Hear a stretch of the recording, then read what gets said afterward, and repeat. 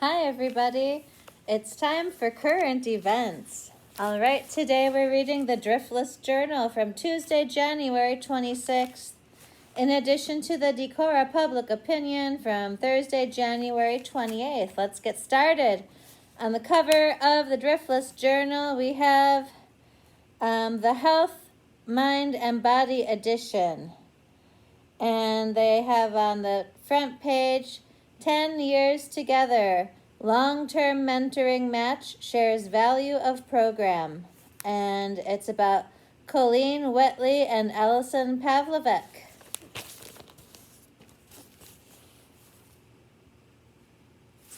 Okay, so for the past 10 years, Decorah's Colleen Wetley and Allison Pavlovec have gathered to bake cookies, read books, play games, and hike on the trails in Decorah. Wetley, a former teacher, and Pavlovec, a current Decorah High School student, met 10 years ago when they were paired as mentor-mentee through helping services for youth and family. The bond continues to grow today.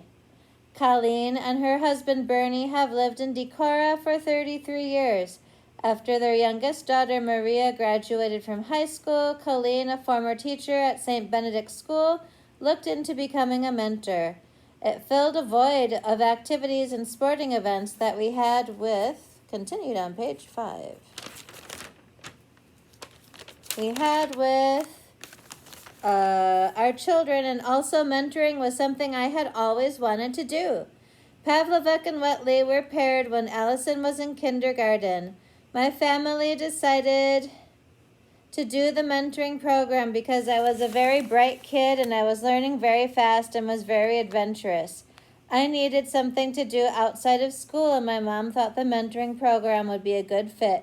I got to meet with Colleen after school and do a lot of activities that kept me busy. For Wetley, it was a perfect family fit. From the beginning, Allison's mom was a huge supporter of the mentor program and encouraged Allison to meet with me for the activities and time together. Initially, the two met once a week. They have often gone to the library, with Wetley noting they have read hundreds of books over the years. They've played hours of games from Uno and Life to ping pong. For several summers, they participated in the Winneshiek County Driftless Safari scavenger hunt. They would hike the many paths in Decorah and canoe and kayak. During the winter, they would ski. Now that Pavlovec is older, she says her favorite thing to do is go to the landing and get Sugar Bowl ice cream to catch up. It's definitely given me a positive role model and someone to look up to. Whenever I'm dealing with something, I can go to Colleen and she has advice for me. It's allowed me to learn and how to be a good leader, how to treat people with respect, and important life lessons I still carry with me. That's good. All right. Then we go on to Tiny House, Big Rewards.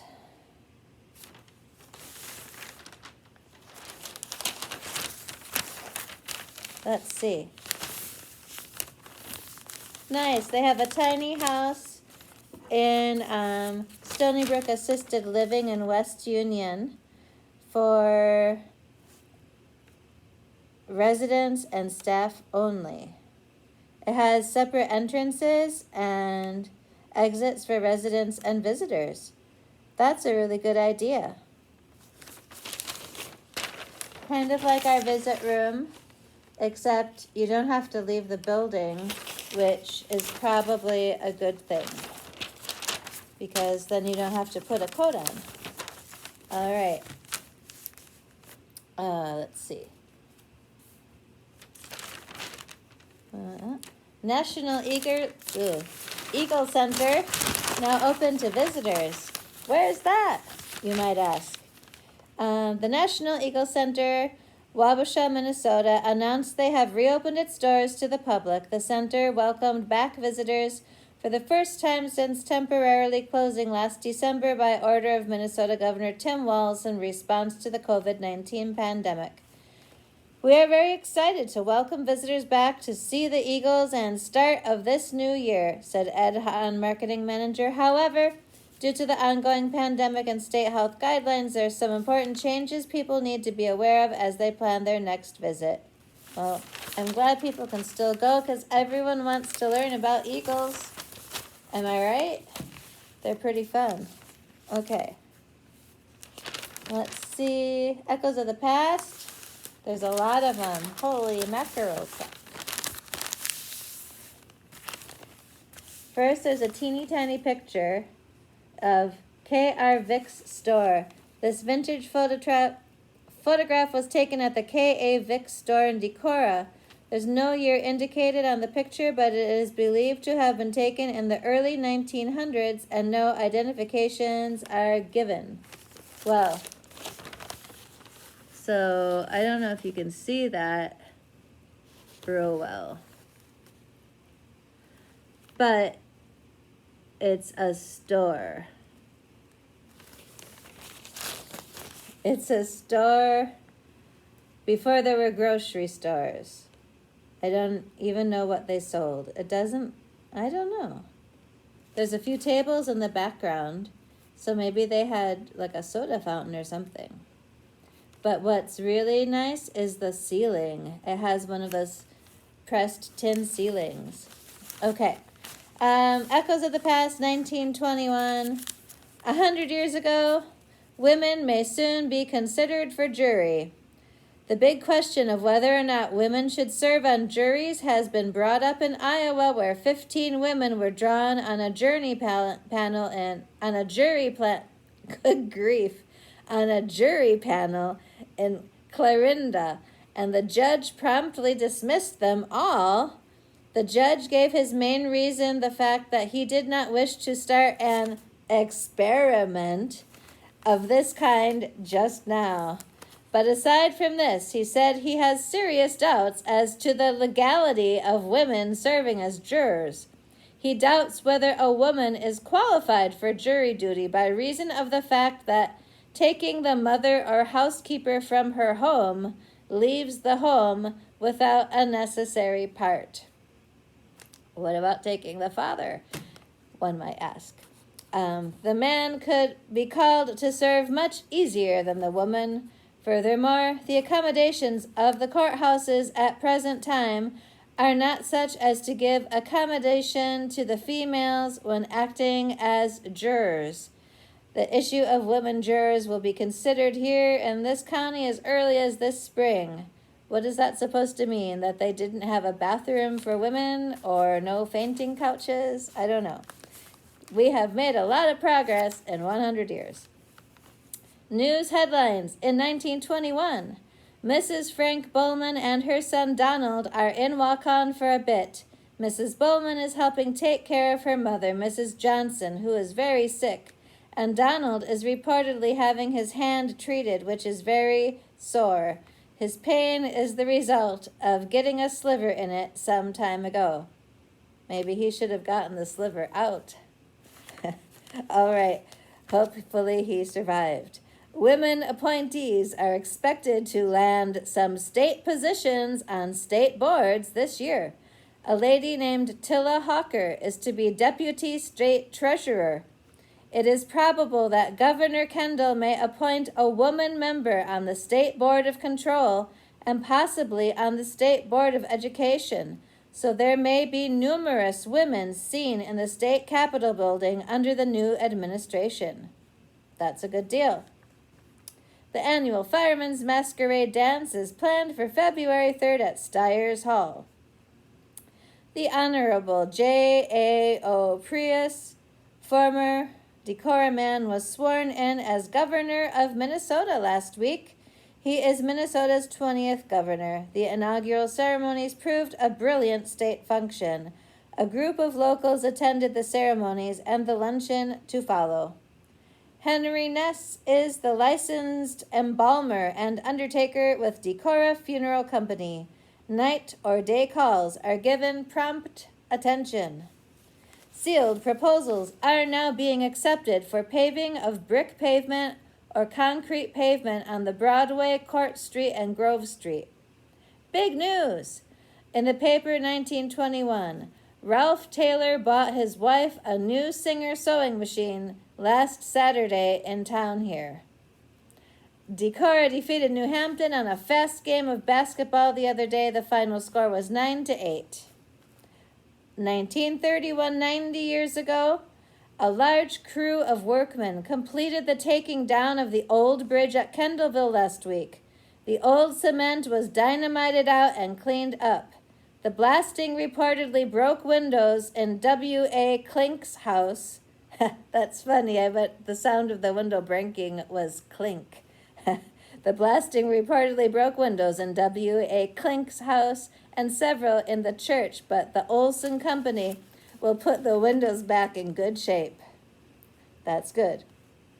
More than 1,000 telephones in Decorah are being prepared for the new and improved telephone service here. A common battery service is being introduced the latter part of February. For the time being, callers must continue to turn the reliable crank to signal the operator. Merely lifting the receiver off the hook will be sufficient to reach the telephone operator to make your call. There was a notable fire in Festina the other day. The blaze destroyed the garage of Hugo Hageman. 5 trucks from Calmer, Austin, and Wacoma rushed to the scene, and firefighters worked for many hours. They were successful in saving the home from destruction. Now showing at the Lyric Theater, All Quiet on the Western Front. The show is 2 hours and 20 minutes in length. Extra showings are being added as everyone is wanting to see the picture. Ellen B. Larson said tickets for the Sunday shows are 50 cents and others are 10 cents. The start of the Volleyball League season is on at the Congregational Gymnasium here in town. The Nash team has taken a hard-fought series from the team of Chass, Stone fighting Reos. The offensive combo of Don Lennon, H. Bradley, and Lee Ingolstad, along with R. Coffine's fine defensive play, all helped in the victory. Let's see. Stockholders of the Decorah State Bank re-elected G.E. Soland as president. Cashier is W.P. Ronan, and bookkeepers are Esta Eade and Clara Hexam. That was my great-aunt. Stenographer is Helen Williams. It is good news that the road from Locust to Highlandville will be brought to grade this spring, and a very good possibility that the road may soon be graveled as early as the fall. The local Vikings struck a snag and lost on the second half to Monona in a basketball game the other night. Final score was 22-12. An old-time chicken dance is being held at the Hogan Hall in Decorah on January 27th. A hungry old hen in a glass cage will be given away along with other prizes for the ladies and gents. Okay, why is it a hungry old hen? Why are they not feeding this hen? If any of you have answers to these questions, please find me and let me know. Miss Madeline asked, Northeast Iowa's champion lady fiddler will play music with the Kentucky Homers Orchestra at the at the Hogan Hall Chicken Dance. All right. I wonder if they're going to dance the chicken dance at the chicken dance. It's been a long week. Blount Country School had perfect attendance record prizes awarded to the following students last month. Barbara Beard, Vivian Onsiger, William Beard, Adeline Stein, Roger Ellingson, Arnold Stein, Franklin Beard, Truman Hove, Roger Wommeldorf, Irene Vick, James Beard, Francis Ramsey, Herbert Vick, Norman Steiny, and Charles Steiny. Hats off especially to Herbert and Irene Vick for attaining these honors for perfect attendance, for they have a distance of 3 miles to come to school each and every day. That is impressive. I bet it was uphill both ways. All right. Let's see. There's a lot of sports. But what's in here? Is it just ads? I don't know. Oh, yes. It's the Health and Wellness edition. So there's like a lot of ads for local businesses that have to do with health and wellness. but it's not technically news. So we'll just kind of skip over that and say that that was it. There's just a lot of stuff. All right, let's go on to the public opinion and see what's in there, because it's usually got a lot of meat on its bones. Okay, on the front page, we've got Simon, first Viking female to claim title. 4 more finish as winners. Pictured at right, Decorah freshman Naomi Simon celebrates her 145-pound title after pinning Marley Hogarty of Waverly Shell Rock at the Iowa Wrestling Coaches and Official Association's Girls State Tournament Saturday in Coralville. She looks pretty happy about that win. All right. Let's see. Also on the front page, vaccine supply not meeting demand. County receives cold storage unit, sees second recorded case of reinfection. What? Well, the list of Iowans eligible to receive the COVID-19 vaccine has expanded. Shipments of the serum have not kept pace. The governor has lowered the age limit for eligible recipients to anyone over 65, but there's simply not enough vaccine to go around, says Kristen Vandenbrink, health director at Winneshiek County Board of Supervisors. Vandenbrink noted that the phones have been ringing off the hook at the public health office, but urged those anxious for the vaccine to remain patient. I guess we are very fortunate indeed to have gotten ours already here at Assahogan. Decorah High School senior Noah Lovelace is the recipient of the Norman C. Bradish Scholarship. Here's his senior picture. Congratulations to him. Going on to the next page. The food pantry hosted 4,964 clients in 2020, despite the pandemic. That's pretty decent. There's a Winter Walkers program being sponsored by the Decorah Park and Recreation Department. Participation may be individual or part of a walking pod, a small group or family. There's no cost to participate, and you can register to win monthly drawings of prizes. Just look out for the ice. Okay, there's a new all are welcome stickers for area businesses. The Decorah Human Rights Commission has created all are welcome stickers that are available to Decorah businesses at no cost to Decorah residents with a free will donation. And this is what they look like. That's nice. Everyone should feel welcome. In Decorah, it's a welcoming community. Okay. What else do we have? Let's see.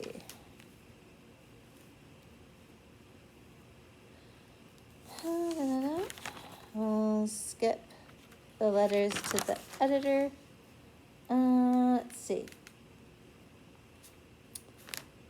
Decorah High School is presenting City of Stars this Sunday. And here are the participants. Decorah High School madrigal singers and frodola singers will present City of Stars, a concert of Broadway jazz and popular music, Sunday, January 31st, in the auditorium. Okay. At 5 p.m. Sounds good. And then we have a letter from the president of Luther College. Should we read that? We've got a religion one from Pastor Stacy Naileen, and don't know if we have any other obituaries to read, so let's read both of them. This is the letter from the Luther College president, From the Edge to the Overlap. And she says, this is by Jennifer K. Ward. I have been thinking a lot lately about both positive and negative aspects of edges, boundaries, and overlaps, of our experiences, of our commitments, of our beliefs and values, of our identities, and of the transitions in our lives. Cutting edge design, leading edge of innovation. He pushed me right to the edge. That's a double-edged sword. That car ran off the road and was teetering on the edge of a cliff. We are a nation on edge. Edges assume something adjacent. It's land here and water there. It's the U.S. here and Mexico there. It's a boundary, and crossing it can mean encountering people who look, speak, think, and act differently than you do. I'm not just talking about sides in the back seat of the car when you and your brother or sister marked off your territory and said, "Don't cross this line." I'm talking about the high stakes involved when whatever boundaries we name for ourselves involve the edges of acceptance or hate, or understanding or rejection of someone else's lived experience or identity. It's one of the hardest things in the world to be grounded in your own values or experience and still stand adjacent to someone, respectfully, whose worldview is very different. The challenge of how to engage with each other across our differences is so difficult and so necessary that I consider it one of the most pressing global issues of our era. Defining our relationships and communities as being bounded by edges gets us into trouble, in my view. It sustains the notion that our systems are fixed and static. Even the idea of centering voices and experiences that have been marginalized keeps us in a system that asserts that there will always be margins and there will always be centers, with continual wrestling over who gets to occupy which place. It's one of the reasons I'm so drawn to the spatial concept of overlaps and Venn diagrams, which have their political counterpart in the coalition. How you think your own community circle may be situational. In the context of sports or music, maybe you are a 100% soccer player for the Norse or alto for Nordic and are fully identified with your team or ensemble. Take all of your teammates and line them up one by one, though, and you will likely find a variety of expressions of religious faith, a variety of political positions, people who look like you and those who don't. For the purpose of the contest or the concert, you set those differences aside and work together. It's not that you throw your values or your beliefs or your identities out. It's that you find the overlap that allows you to pull together for this common aim now. In 1981, the singer and civil rights activist Bernice Johnson Reagan gave a speech at the West Coast Women's Music Festival. In it, she argues that progress can only come from coalition building and that it is a hard, painful work, and that as important as it is to come to the coalition to do the work, it's equally important to find the place that is home for you, where you find comfort and can regroup and restore yourselves. But crucially, the coalition is not home. Home is where you tank up and find your energy. Once you leave that safe space and head out into the overlap or coalition, you experience the stretching and expanding that comes with new growth. When I write to the Luther College community, I recognize that I am speaking to a vast audience of multiple generations whose identities and values and experiences are varied. I choose to respond through the lens of my own identity and subject position with my own words. As president, as a white Southern woman who came of political age in the 60s and 70s in the civil rights area, as a language and literature scholar, etc., I bring all this when I come to the coalition that is Luther College. Even so, I find it useful for our common work to speak to all, whether or not they share my beliefs or identity. To invite you to the coalition doesn't mean I'm asking you to love people who disrespect you or your friends. It doesn't mean that I'm asking you to choose unity over justice, a false dichotomy. It means that for the particular work at hand, whatever it may be on a given day, I'm asking you to shift your focus from the edge to the overlap and to come to that deeply uncomfortable place where we not all are alike in order to work together at the long game of progress for ourselves, our college, and for our world. Well, that sounds like good advice. All right. Got the religion section from Pastor Stacy Nayleen Carlson from Glenwood and I'm having a moment. Canoe Ridge churches. Okay, what does she have to say? My youngest son and I walked to the sledding hill the other day for the very first time, and after he had been sledding for a while, he decided to build a snow person. I watched as he took a small handful of snow and began rolling it along the level field. It was an absolute marvel to me how that small bit of snow grew and grew and grew. When he was done and ready to start on the body of the snow person, Logan picked up another small handful of snow. Think about it, Mom, he said, raising the little bit of snow and then gesturing to the large snowball that he had already made. This little snowball turned into that. There is so much about this metaphor that I'm eager to explore, but for now, I just want to rest in the beauty and power of that snowball's growth. It didn't rely on rolling downhill to gather up speed and momentum to grow as it went. It needed only the hands of its creator and the determination of its maker.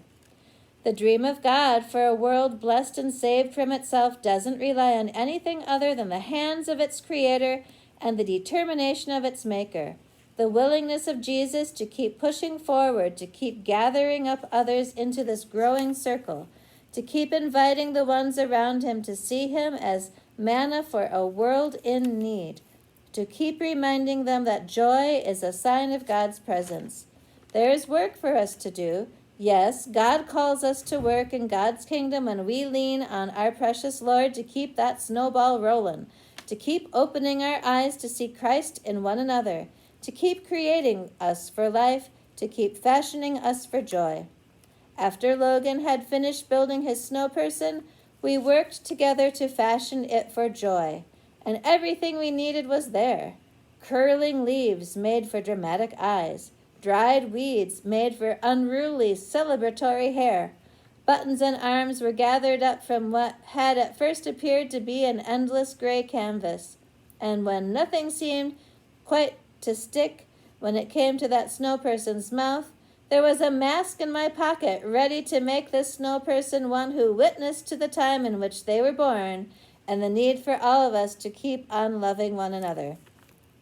What we need is here, as Wendell Berry puts it so beautifully. He writes, we pray, not for new earth or heaven, but to be quiet in heart, in eye clear. What we need is here. Jesus is here, gathering us up into the work and the beauty and the joy of a communal, growing, foundational love that sees all creation as beloved, that speaks the truth, that refuses to give up, that recognizes joy, that rests along the way, trusting that we are in the hands of our Creator and all we need in the end is the determination of our Maker. Thanks be to God. That was Pastor Stacy Nailing Carlson. Thank you, Pastor Stacy. That was nice. Okay, is there anything else in this issue? We check, see if we missed a thing. Let's see. A thing. Aha. We have an obituary for Sandra Bruning, who was with us very briefly, so I will read her obituary. Sandra Sandy Bruning of Cresco, 72, passed away on Saturday, January 23rd at Asa Haugen Senior Services. She was born on April 20th, 1948 in Cresco to Sam and Sarah Lucas. She was baptized December 3rd, 1950 and confirmed December 30th, 1962 at the Emmanuel Lutheran Church in Cresco. She worked at Northern Engraving in Spring Grove right after high school. Then she worked at Deco Products for a short time. She also spent a few years babysitting. Sandy spent several years working at Dollar General until she retired.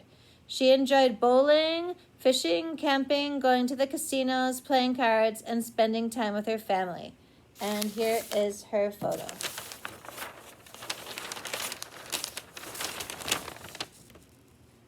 If any of you knew Sandy. And we're going to end up with the Echoes of the Past. We've got 1941, 80 years ago. A signal honor has come to Captain Olaf M. Hustvedt, former Decorah boy. He has been named commander of the 35,000-ton battleship North Carolina, which will be placed in commission April 11th. Captain Hustvedt visited his brothers and sisters in Decorah a few years ago. His siblings are Catherine, P.T., and W.S. Hustvedt. More than 300 admirers and friends of Dr. Carlo A. Sperati of Luther College gathered at the C.K. Proust Gymnasium at Luther last week for a testimonial banquet to honor the Dean of U.S. Bandmasters upon his 80th birthday. Reverend O. Glesney, the much-beloved pastor of Decorah Lutheran Church, who has served the congregation faithfully for a quarter of a century, submitted his resignation as pastor. 1951, 70 years ago, a contract for a new 2-story school and gymnasium for Ocean DeSales junior and senior high students will be set as soon as possible in order for work to start in the spring. Iowa's deer herd, estimated at more than 5,000 animals, faced a hazardous year last year. Almost 300 deer are known to have been killed in 1950 in the state by autos, poachers, dogs, or other miscellaneous accidents. Okay. Sorry for the deer, but I mean also sorry for the drivers. Probably more sorry for the drivers. 1961, 60 years ago, necessary finances for construction of the new Deco Products Company factory building were assured last week by the citizens of Decorah. The Decorah Development Company's stock subscription drive, chaired by W.P. Ronan, were over the top for minimum requirements with 14 hours after the big kickoff. Natural gas facilities for Decorah were made available here this past fall. The new addition to the Methodist Church in Decorah, which will cost $126,000, may be completed as early as September. All boys between the ages of 7 and 14 are invited to audition for the world-renowned Decorah Kilties Drum and Bugle Corps this Saturday at the East Side Grade School building. 1971, 50 years ago. As a result of the recent dress code questionnaire sent to parents, the Decorah Community Schools have decided to allow girls to wear dress slacks and pantsuits, but only on a trial basis. 91% of the elementary parents and 96% of the secondary parents do not approve of jeans for the girls. 71% of the high school students would also disapprove of allowing girls to wear jeans. Well, okay, a little behind the times, but what you gonna do? 40 years ago, following the Trail of the Stork from 1981, a girl was born to Roger and Dorothy Dalen, and a girl was born to Mr. and Mrs. Kenneth Larson, and a girl to Mr. and Mrs. Jack Storkamp. All right. 1991, 30 years ago, art class students at Decorah High School have something to say about the crisis in the Middle East. Students were working on the project were Tanya Balick, Paul Rude, Corey Severson, Jennifer Kidd, Go Sayasen, Jamie Hatz, Wade Bolson, Chad Wickland, and Bren Johnson. Their art instructor is Don Danes Christensen. They have placed a life-size statue in the Decorah High School lounge. That's pretty cool. Novelist and essayist Lois Phillips Hudson is speaking at Luther College. Among her works are Reapers of the Dust and Bones of Plenty. A plan to rebuild Montgomery Street has been approved 5-2 at Decorah City Council vote. Cost for the controversial 3-lane improvement project is an estimated $0.16 million. Maybe they have the decimal wrong. I don't know. Concerned residents gathered at Decorah Lutheran Church early this week to pray for peace as the United Nations deadline for Iraq to leave Kuwait approached. Military action could be coming. 2001, 20 years ago, Magpie Coffee House in Decorah is now owned by Scott and Sherry Tidwell of Decorah.